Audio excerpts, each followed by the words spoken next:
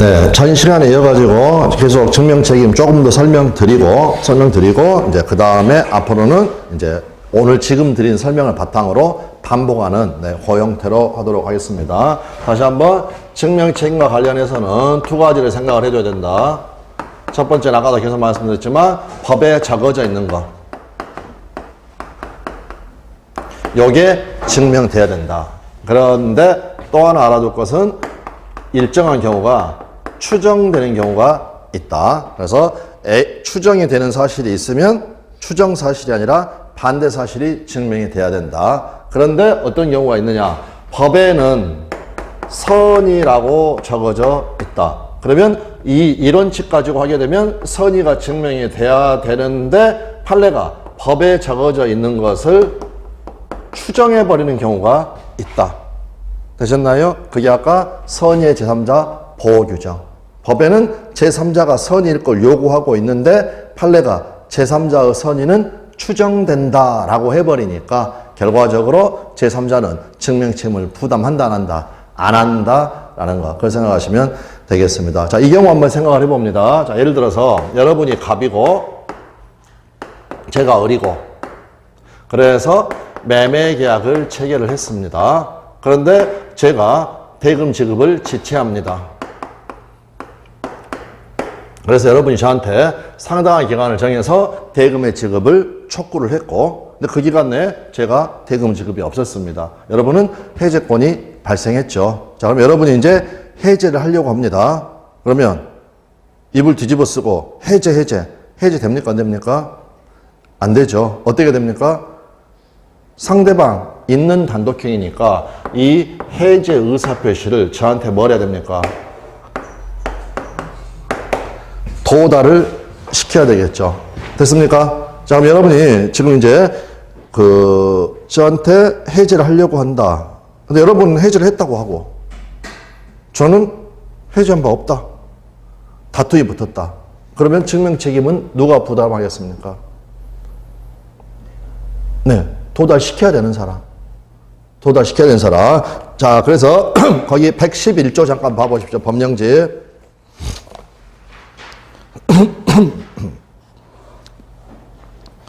111조 의사표시의 효력 발생 시기 1항 상대방이 있는 의사표시는 상대방에게 도달한 때 그 효력이 생긴다. 그래서 법에 도달을 요구하고 있습니다. 법이. 그러니까 지금 이 경우에 여러분이 해제 의사표시가 저한테 어떻다? 도달되었다. 요 사실을 여러분이 증명을 해야 한다는 겁니다. 무슨 말씀인지 아시겠죠? 법에 규정이 되어 있으니까. 그런데 증명 책임을 부담을 하게 되면 유리한 건가요? 불리한 건가요? 불리하죠. 왜? 증명을 한다는 건 항상 어려운 겁니다. 증명 책임을 부담한다라는 것은. 자, 그래서 여기 지금 여러분 어쩔 수 없습니다. 좀 왔다 갔다 할 수밖에 없습니다. 그래서 거기를 한번 가보십시오. 27페이지 잠깐 가보시면 요약서 27페이지요.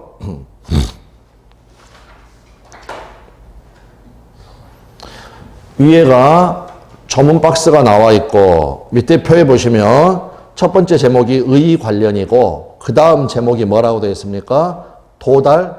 제목이 뭐라고 됐습니까? 추정 판례라고 되어 있죠. 제목은 항상 왼쪽으로 보는 겁니다. 왼쪽으로. 그 박스의 두 번째. 추정 판례. 단골입니다. 이 판례도. 내용 증명 우편이나 등기 우편과는 달리 보통 우편의 방법으로 발송되었다는 사실만으로는 그 우편물이 상당한 기간 내에 도달하였다고 주장할 수가 없다. 따라서 송달, 즉 도달의 효력을 주장하는 측에서 증거에 의하여 도달 사실을 증명하여야 한다. 그럼 뒤집으면 내용 증명 우편이나 등기 우편으로 보냈다. 그러면 특별한 사정이 없는 한 어떻게 된다는 겁니까? 도달이 추정된다. 그러므로 만약에 여러분이 저한테 보통 우편으로 통지를 발송을 했다. 그때는 여러분이 여전히 증명책임을 부담을 합니다. 근데 보통 우편이 아니라 등기나 내용 증명 우편으로 보냈다면 반송되었다는 특별한 사정이 없는 한 도달이 추정이 돼버리니까 그때에는 누가 증명책임을 부담을 하게 된다? 의리, 반대사실, 부도달을 증명을 해야 된다라는 거. 자, 그래서 이것도 쉬운 판례지만 자주 시험에 출제가 되었으니까 그렇게 봐주시면 되겠습니다. 자, 그래서 이제 그 다음 조문으로 법령집 가보십시오, 여러분. 어차피 뒤에는 내용들이 다 나와 있지만 109조를 한번 봐봐. 109조.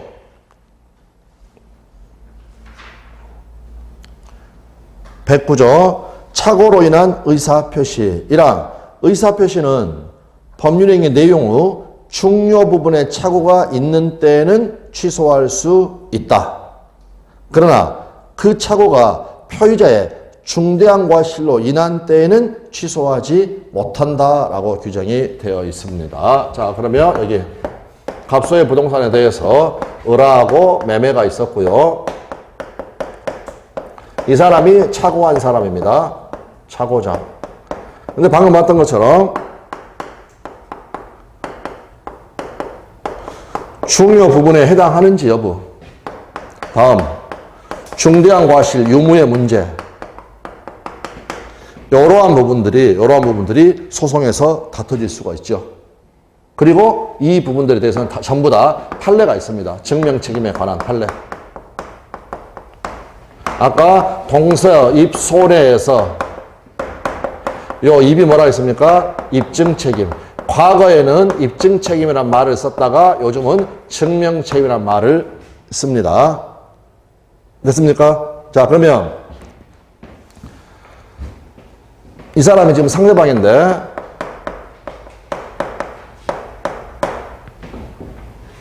이렇게 한번 질문 드려보겠습니다. 중요 부분과 중대한 과실 유무에 관한 증명 책임은 한 사람이 부담한다. 올까요? X일까요? 올까요? X일까요? 일단 다시 한번 봐보죠. 조문을. 중요 부분에 착오가 있는 때에는이라고 적었습니다. 법에. 109조에가 방금 읽었죠? 중요 부분에 있는 때에는 취소할 수 있다라고 되어 있습니다. 다음, 중대한 과실로 인한 때에는 취소하지 못한다라고 되어 있습니다. 그래서 법에 적어져 있는 걸 그대로 보면 착오가 중요 부분에 있는 때 부분에 있을 것 이렇게 적어져 있고, 다음 중대한 과실로 인한 경우에는 이렇게 되어 있습니다. 그러면 중요 부분에 있다라는 것은 누가 증명해야 되겠습니까? 갑하고 을 중에서. 여러분 여기 생각해 보십시오. 여러분 지금 의리됐어요. 매매했는데 착오가 있습니다. 착오가 있다고 해서 아무 때나 취소할 수 있는 건 아니죠.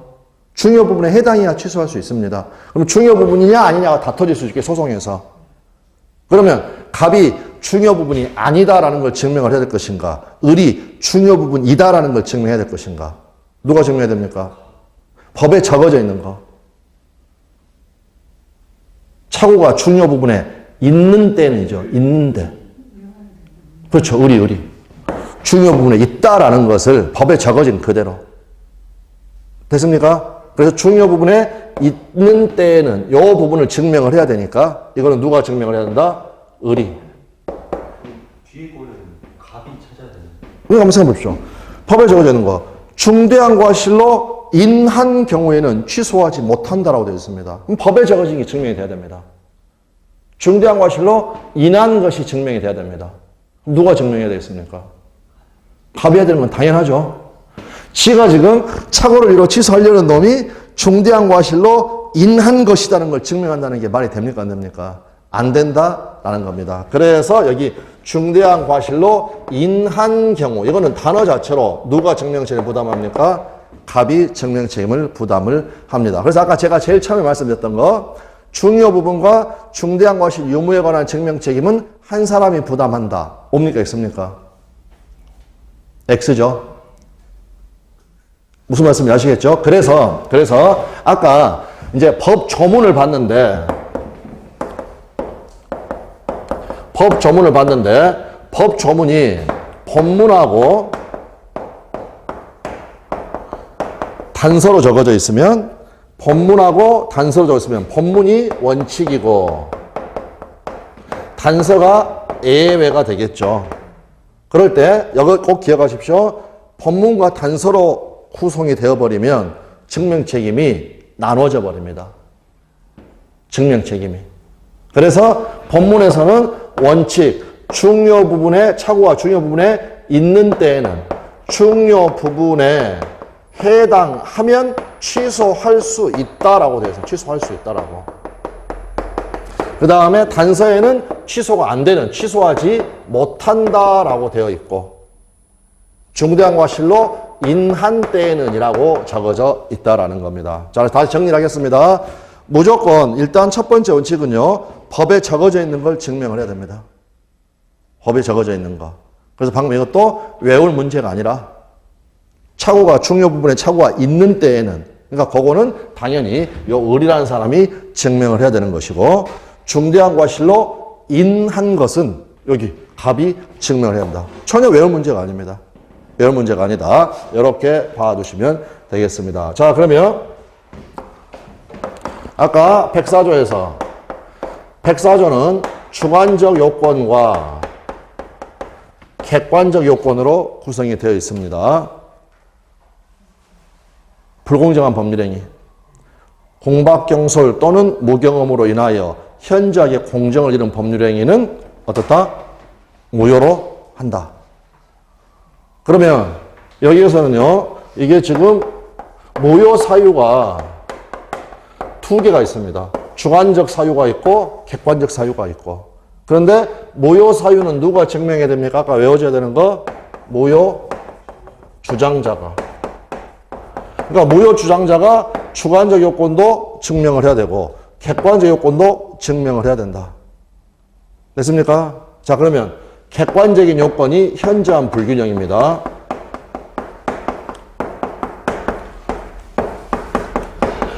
그러면 어떤 매매계약이 또는 어떤 법률행위가 현저하게 불균형하다. 그러면 이 주관적 요건이 추정될 것인가? 추정됩니까? 안 됩니까? 방금 이미 답을 처음에 말씀드렸습니다. 추정됩니까? 안 됩니까? 자, 만약 추정이 된다라는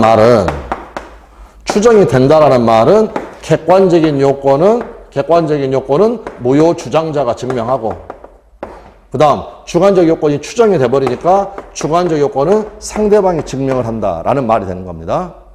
되셨나요? 추정이 돼버리면 반대 사실이 증명이 돼야 되니까 객관적인 요건으로 주관적인 요건이 추정이 돼버린다면 객관적인 요건만 증명하면 된다는 겁니다. 근데 아까 제가 뭐라고 말씀드렸습니까? 무효 사유는 무효 주장자가 증명을 해야 되는데 무효 사유가 두 개가 있다. 주관적 요건, 객관적 요건. 둘 다 무효 주장자가 증명을 해야 된다. 따라서 객관적인 요건이 갖춰졌다.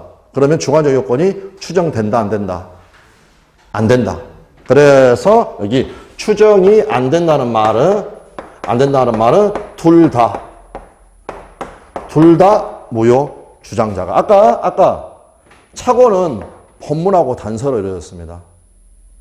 착오 규정을. 그런데 불공정한 법률행위는 본문 단서로 규정되어 있는 게 아니라 한 문장에. 그럼 입증 책임이 나뉜다, 안 나뉜다? 한 문장으로 되어 있으니까. 제 말씀 이해됩니까? 착오는 한 문장이 아니라 두 문장으로 되어 있다. 본문하고 단서로 되어 있다. 본문하고 단서가 되어 있으면 입증 책임이 나뉘어진다. 분산된다. 그러나 불공정한 법률행위는 본문 단서 두 문장으로 되어 있는 게 아니라 한 문장으로 되어 있다. 한 문장으로 되어 있으니까 증명 책임이 분산된다. 아니면 한 사람이 한다. 한 사람이 부담한다. 한 사람이. 한 사람이 둘 다 증명을 해야 된다. 그러므로 객관적인 요건에 의하여 주관적인 요건이 추정이 된다, 안 된다? 안 된다. 만약 객관적인 요건에 의해서 주관적 요건이 추정이 돼버린다면 그 사람은 객관적 요건만 증명하면 된다라는 의미입니다. 이해되셨나요? 아까도 여기 보십시오. 원래 법에는 제3자가 선의일 것을 법이 요구를 하고 있다. 그런데 판례가 제3자의 선의를 추정을 해버린다. 그러면 그 사람은 증명 책임을 부담한다, 안 한다? 안 한다라는 거. 자, 그래서 다시 거기 법령집에서 104조를 봐보시죠. 104조. 법령집의 104조. 불공정한 법률행위. 당사자의 공박경솔 또는 무경험으로 인하여 여기까지가 주관적 요건. 현자의 공령을 잃은 법률행위. 이게 객관적 요건. 본문 단서로 되어 있는 게 아니라 한 문장으로 되어 있죠. 그러니까 원칙이 그대로 적용이 됩니다. 그래서 거기 밑에 틀린 지문 보시면 급부와 반대급부 사이에 현저한 불균형이 존재하면 공박경솔 무경험은 추정된다 하면은 X. 추정된다, 안 된다? 안 된다. 추정이 안 되니까 둘 다 무효를 주장하는 사람이 증명을 하여야 한다. 자, 그 다음 책으로 돌아가시기 전에 다시 우측에 109조. 착오로 인한 의사표시. 이거는 문장 구조 자체가 다르죠. 법문 단서 두 문장으로 되어 있습니다. 의사표시는 법률행위 내용의 중요 부분에 착오가 있는 때에는 취소할 수 있다. 그러나 그 착오가 표의자의 중대한 과실로 인한 때에는 취소하지 못한다. 그러므로 거기 첫 번째 지문을 보시면 착오를 이유로 의사표시를 취소하는 자는 법률행위 내용에 착오가 있었다는 사실과 함께 그 착오가 의사표시에 결정적 영향을 미쳤다는 점, 즉 만약 그 착오가 없었더라면 의사표시를 하지 않았을 것이라는 점, 달리 말하면 중요 부분에 있다라는 점을 증명을 하여야 한다. 두 번째, 민법 109조 제1항 단서에서 규정하는 표의자의 착오한 표의자의 중대한 과실 유무에 관한 주장과 증명 책임은 착오자가 아니라 의사표시를 취소하게 하지 않으려는 상대방에게 있다라는 거. 네, 그렇게 봐두시면 됩니다. 다시 한 번 말씀드리지만 외울 문제가 전혀 아닙니다. 아까도 말씀드렸지만 중요 부분에 있다라는 걸 법에 적어진 걸 증명을 해야 됩니다. 그러니까 착오자 의리 증명을 해야 되고 다음 법에 뭐라고 적었느냐. 중대한 과실로 인한 경우에는 취소하지 못한다라고 했습니다. 그러니까 법에 적어져 있는 거. 중대한 과실로 인한 것임을 증명을 해야 되는 겁니다. 그러니까 그거 누가 부담한다? 상대방, 갑이 부담을 한다. 그리고 다시 한 번 말씀을 드리지만 본문 단서 구조로 되어 있으면 입증 책임이 분산됩니다. 그러나 104조는 본문 단서가 아니라 한 문장으로 되어 있습니다. 한 문장으로. 그러므로 무효 주장하는 사람이 주관적 요건, 객관적 요건 둘 다 증명을 해야 됩니다. 둘 다 증명을 해야 된다는 말은 객관적인 요건에 의해서 주관적인 요건이 추정이 된다, 안 된다? 안 된다. 그거 이해되셨나요? 자, 그래서 다시 한번 마지막으로 여기 가바고라고 매매가 있었다. 근데 요 을이라는 사람이 불공정한 법률의 이 매매가 불공정한 법률 행위임을 이유로 무효를 주장한다. 그러면 요 을이라는 애가 주관적인 요건도 증명을 해야 되고 객관적인 요건도 증명을 해야 된다. 객관적인 요건도 증명을 해야 한다는 말은 다시 주관적인 요건도 증명을 한다는 말은 객관적인 요건에 의하여 주관적 요건이 추정이 된다, 안 된다? 안 된다. 근데 만약 다시 한번 보십시오. 객관적인 요건으로 주관적 요건이 추정된다라고 가정을 해보면 우리는 소송에서 우리가 을이라면 객관적 요건만 증명하면 되겠죠. 그러면 우리의 주관적인 요건은 추정이 돼가지고 공이 상대방한테 넘어간다라는 겁니다. 근데 넘어간다, 안 넘어간다? 안 간다. 그래서 지금 말씀드렸던 게 이제 그 증명 책임의 가장 기본 룰입니다. 그걸 가지고 여러분들은 앞으로 계속 반복을 하시면 되겠습니다. 자, 그래서 다시 책으로 가셔가지고 14페이지에 아까 하나 건너뛴 거 있었죠? 14페이지에 제일 밑에 줄 증명 책임 해가지고 가로 추정된다 안 된다? 안 된다라는 거. 불공정한 법률 행위를 주장하는 자는 스스로 공박경솔 무경험으로 인하였음을 증명하여야 하고, 즉 주관적 요건도 무효 주장자가 증명해야 한다는 겁니다. 그 법률 행위가 현저하게 공정을 잃었다 하여, 이 말은 객관적인 요건이 갖추어졌다고 해가지고 곧 그것이 경솔하게 이루어졌다고 추정하거나 공박한 사정이 인정되는 것은 아니다. 아니다. 요거를 이제 이해를 하셔가지고 계속 봐두시면 됩니다. 자, 그 정도 봐두시면 되겠습니다. 자, 됐습니다. 그 다음 15페이지에 법률행위 해석 나와 있고요. 아래가 우리 자연적 해석, X토지, Y토지 사건, 이게 나와 있습니다. 이것도 우리 이미 다 했지만 다시 한 번만 상황 자체. 자, 갑하고 을하고 갑소유의 X토지를 매매의 목적물로 삼아가지고 이제 매매의 목적물로 삼았다. 근데 이 갑이 땅부자여가지고 계약서에는 X토지가 아니라 Y토지. 요걸로 지금 이렇게 계약서가 작성이 되었다. 계약은 어디로 성립했다? 자연적 해석, 합치된 의사에 따라서 X토지로 성립을 하였다.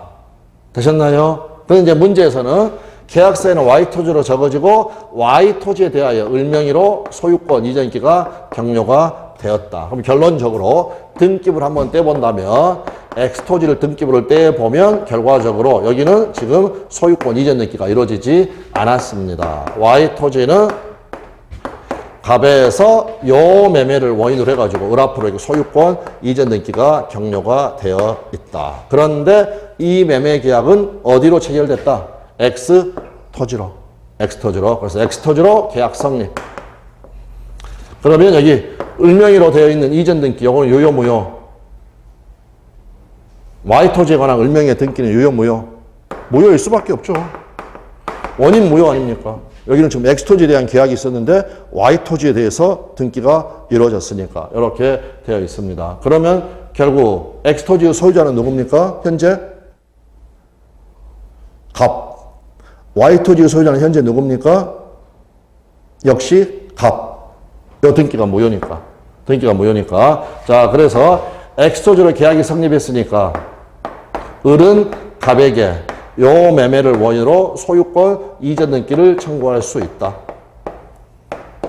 그 다음 요 토지는 요 등기는 무효니까 갑은 을에게 을명 이전 등기의 말소 등기를 청구할 수 있다라는 거. 그 다음 요 등기가 무효니까 만약 병합으로 소유권 이전 등기가 이루어졌다라고 해도 병은 권리를 취득한다 못한다? 또 병이 을이 소유자라고 믿었다고 하더라도 등기에는 공신력이 없으니까 소유권 취득한다 못한다라는 거. 네, 그 내용들이 나와 있습니다.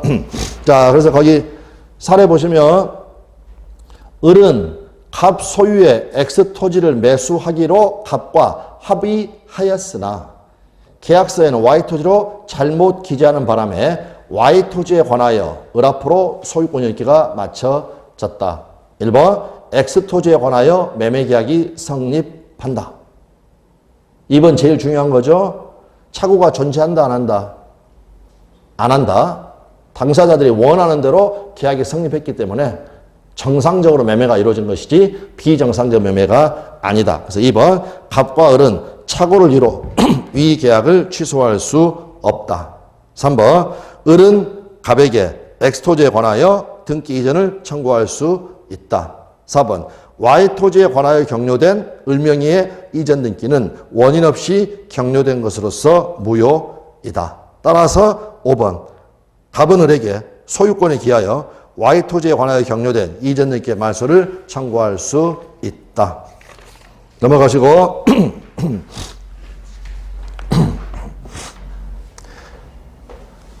Y 토지가 을로부터 병에게 양도되더라도 병은 유효하게 소유권을 취득할 수 없다. 을이 소유자가 아니니까. 그 다음에 7번은 우리 시험에 기출된 건 아니지만 현재 을은 X와 Y 어느 토지에 관하여도 소유권을 취득하지 못하였다. 둘 다 방금 말씀드린 것처럼 갑이 소유자입니다. 그러나 주의해야 될 것은 X와 Y 어느 토지에 대해서 매매계약이 성립하지 않는다 하면은 잘못됐죠. 매매계약은 X토지로 성립했습니다. 성립했다. 이렇게 봐주시면 됩니다. 아래 요 기출판례는 지금 당장 안 보셔도 상관이 없습니다. 네, 그 정도 봐주시고. 자, 17페이지 가셔가지고요. 기출문제. 의사와 표시가 불일치하는 경우에 관한 설명으로 옳은 것은 1번은 이번 순환에 할 거니까 패스하고요. 2번. 비진의 의사표시는 상대방이 표의자의 진이 아님을 알 수 있었다. 알았거나 알 수 있었다. 그러면 취소할 수 있는 게 아니라 무효다라고 했죠. 취소 사유와 무효 사유는 반드시 구별이 되어야 한다. 3번. 비진의 의사표시는 상대방과 통정이 없다는 점에서 허위 표시와 구분되는 것이죠. 착오와 구분되는 것이 아닙니다. 되셨나요? 비진의 표시도 통정 없고 착오도 통정 없습니다. 4번. 통정의 표시 무효에 대항하려는 제3자는 자신이 선이라는 것을 증명하여야 한다. 잘못됐죠? 제3자의 선의는 추정된다라고 했죠. 그러니까 악의가 증명돼야 된다라는 겁니다. 5번. 매수인의 채무 불이행을 이유로 매도인이 계약을 적법하게 해제하였다. 착오를 이유로 한 매수인의 취소권은 소멸합니까? 아니죠. 해제 후에 취소가 긍정이 되죠. 그래서 이 핵심 판례대로 이루어졌습니다. 정답은 1번이고 이 내용은 오늘 할 것이고 그 다음에 2, 3, 4, 5번 뭐 얘들은 전부 다 틀린 지문들인데 중요 지문들이니까 전부 다 확인하시면 되겠습니다. 밑에 비정상적 의사 표시 다시 한번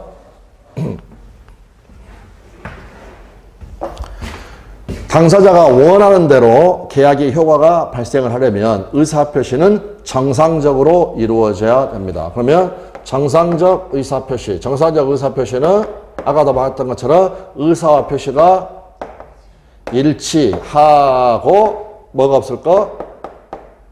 하자가 없을 거. 그러면 비정상적 의사표시는 의사와 표시가 뭐 하거나 불일치. 엔드니까 또는 하자가 있는 경우. 하자가 있는 경우는 의사와 표시가 일치합니까? 불일치합니까? 일치한다고 그랬죠. 일치는 하지만 하자가 있는 거. 이런 게 뭐였습니까? 사기와 강박. 얘들도 만약에 불일치면 이 속으로 다 들어가 버립니다. 이쪽은 아예 불일치한 거. 여기는 일치는 하지만 하자가 있는 것. 불일치하는 것들이 비통착, 비진의 표시, 통정의 표시, 착오. 그 다음에 일치는 하지만 의사 형성 과정에 위법한 간섭이라는 하자가 있었던 것은 사기, 강박 이렇게 된다라는 거. 비진의 표시의 핵심은 뭐였습니까? 의사와 표시가 불일치한다는 것을 뭐하고 알고서 통정의 표시는 안 것만으로는 부족하고 뭐까지 해야 된다? 둘이 짜고 해야 된다라는 거. 착오는 의사 표시 불일치를 뭐 하는 거? 모르고 해야 된다라는 거. 결국 사기는 속아서 의사 표시하는 거고, 강박은 쫄아서 의사 표시를 하는 거고. 그런데 속아서 했든 쫄아서 했든 이거는 의사 표시 자체는 일치하니까 불일치 문제는 없습니다. 다만 하자가 있을 뿐입니다.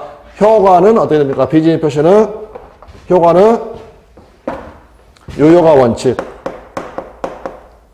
다음 상대방이 알았거나 진이 아님을 알 수 있었다. 그때는 예외적으로 무효가 된다라는 거. 통정의 표시는 무효라고 법에 적어져 있고, 그 다음에 착오는 어떻습니까? 원칙은 유효한데 중요 부분에 해당하면 뭐 할 수 있다? 취소권 발생 또는 취소할 수 있다라고 되어 있습니다. 그랬고 역시 사기, 강박 전부 다 취소 사유. 그래서 애들은 취소 사유. 그 다음에 통정의 표시, 모요 사유. 그 다음에 예외적으로 진이 아니면 R일 때 모요 사유. 이렇게 되어 있습니다. 근데 아까 이제 시험에서 문제에서도 봤던 것처럼 상대방이 표의자의 진이 아님을 알았거나 알 수 있었던 경우에 취소할 수 있다 하면은 아예 잘못된 거. 취소할 수 있다와 무효. 요거는 완전 다른 거라고 그랬죠. 취소할 수 있다는 일단은 유효한 거니까. 네, 그렇게 봐두시면 되겠습니다. 자, 됐고, 우리 비진이 표시에서 진이의 의미. 진이란 생각이다, 바람이다. 생각입니까? 바람입니까? 바람입니까? 예.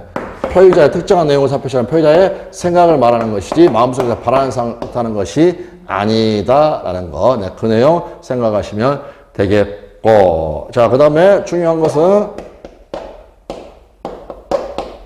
남당공의 강대사. 잠시만요.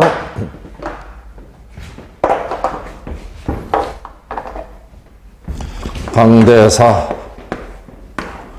O, X, X, O 이렇게 되어 있는 거. 내용은 좀 이따 확인하도록 하고 남당공 애들은 뭐에 대한 이야기였습니까?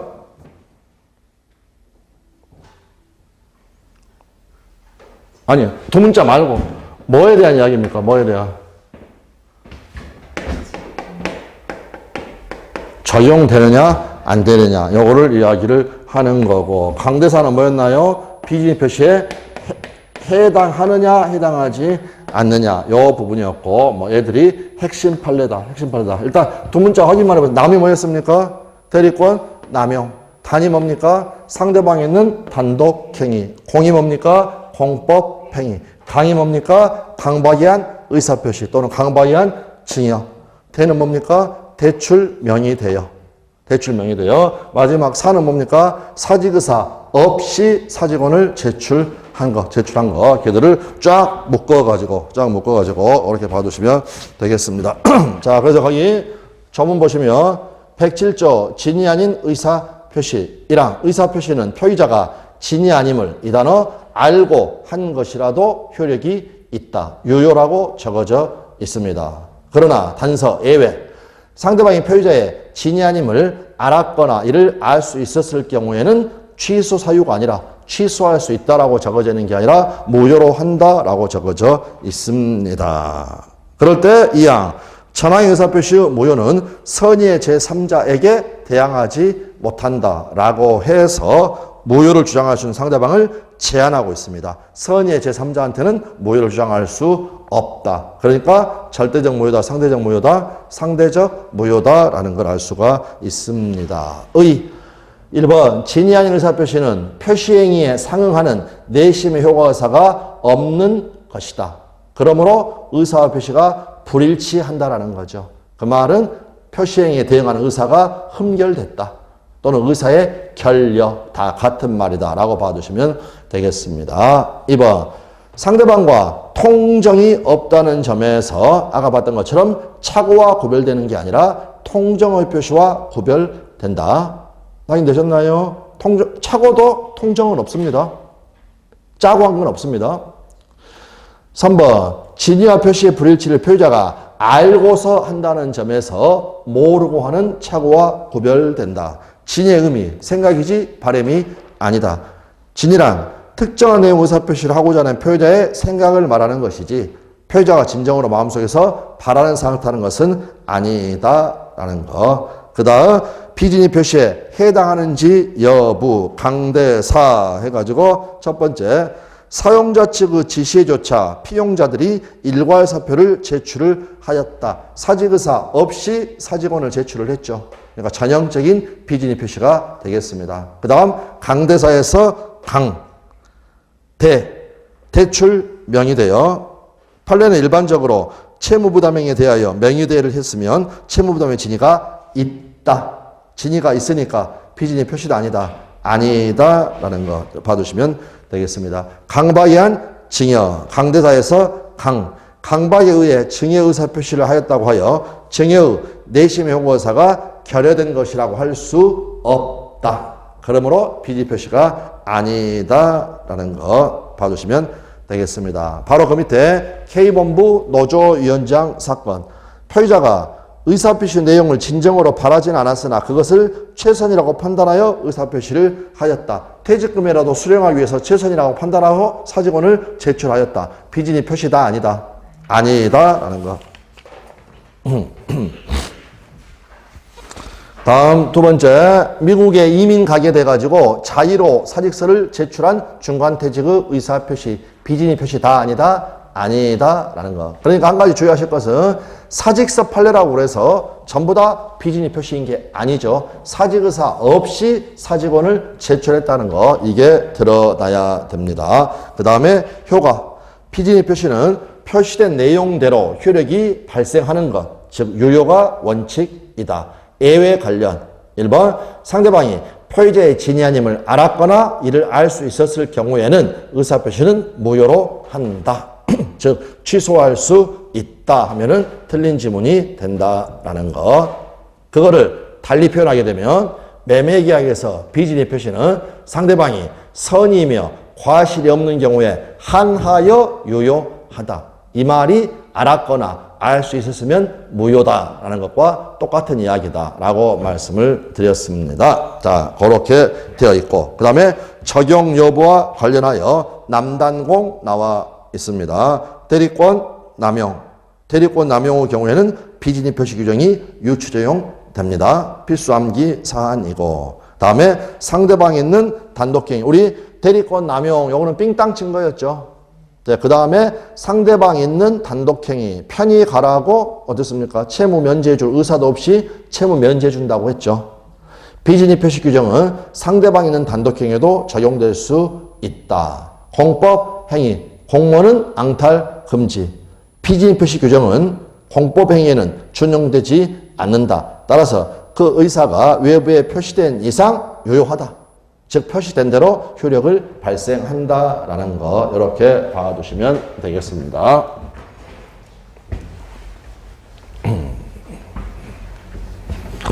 자, 이거 한번 봐보십시오. 갑하고 을하고요.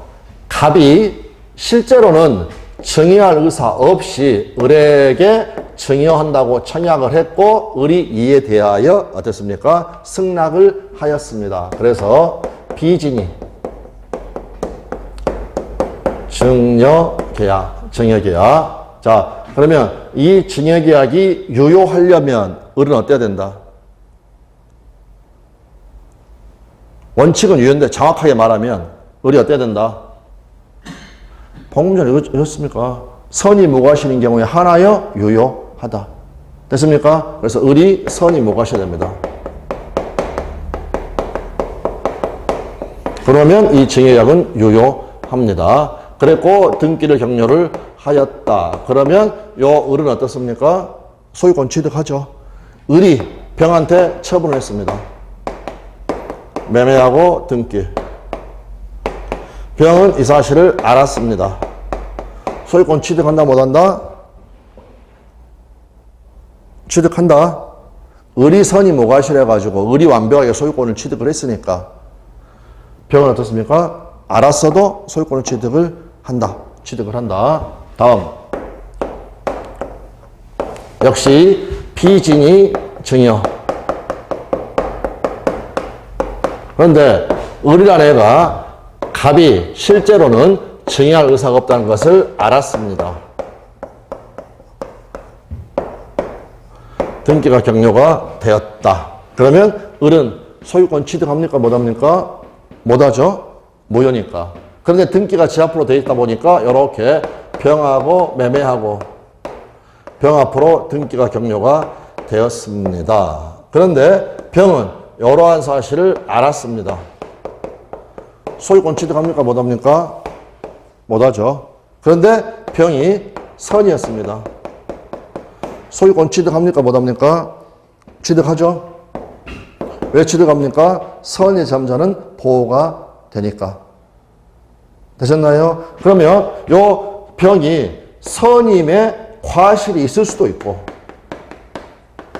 그 다음에 무과실일 수도 있고. 여기 선임의 과실이 있을 때 병은 소유권 취득합니까? 못합니까? 제일 중요한 판례.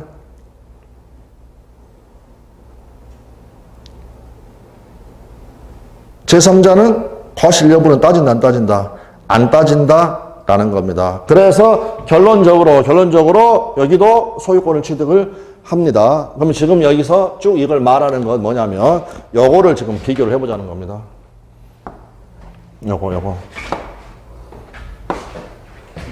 얘는 누구냐면 지금 상대방이에요, 상대방이 R 또는 R이면 이 증여는 무효입니다. 뒤집으면 이거는 얘는 선이 무과실인 경우에 한하여 증여계약이 유효하게 되는 겁니다. 되셨나요? 근데 지금 여기서 물어보는 건 병은 상대방이라 뭡니까? 제3자. 선의의 제3자 보호 규정. 그러면 요 제3자의 선의는 추정되고 그 다음에 선임의 과실이 있는지 없는지 이런 것들은 따진다 안 따진다? 안 따진다. 선이이기만 하면 소유권을 취득을 한다라는 것. 그래서 요걸 가지고 아까 그 지문을 생각을 하십시오. 거기 어딥니까? 예외 관련해 가지고 그 위에 2번. 지금 우리가 증여로 했지만 매매도 마찬가지입니다. 매매계약에서 비진입 표시는 누가요?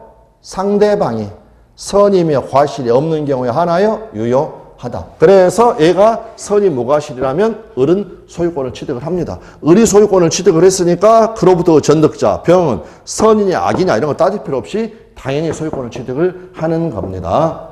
그런데 바로 위에 1번. 상대방의 표의자의 진위 아님을 알았거나 이를 알 수 있었다. 을이 알았거나 알 수 있었다. 그럼 이 증여계약은 무효. 무효니까 을명의로 등기가 돼도 소유권을 취득한다 못한다? 못한다. 근데 이거는 상대방의 문제고 지금 말하고 여기서 하는 것은 뭡니까? 제3자. 바로 우측에 박스 가가지고 다시 한번 우측에 제3자에 대한 관계 박스에서 엄폐물의 법칙 바로 밑에 제일 중요한 거. 과실 불문. 제3자 병이 과실로 가장 매매 사실을 모른 경우에도 병의 소유권은 보호가 된다. 이건 제3자. 다시 한번 또 한번 밑에 갑이 자신의 소유권을 주장을 하려면 병이 알았다는 것을 증명을 하여야 한다. 왜냐? 제3자의 선의는 추정되니까. 자, 이해되셨나요? 네, 여기가 좀 다른 거. 얘는 무과실까지 있어야 됩니다. 상대방이니까. 근데 얘는 지금 제3자입니다.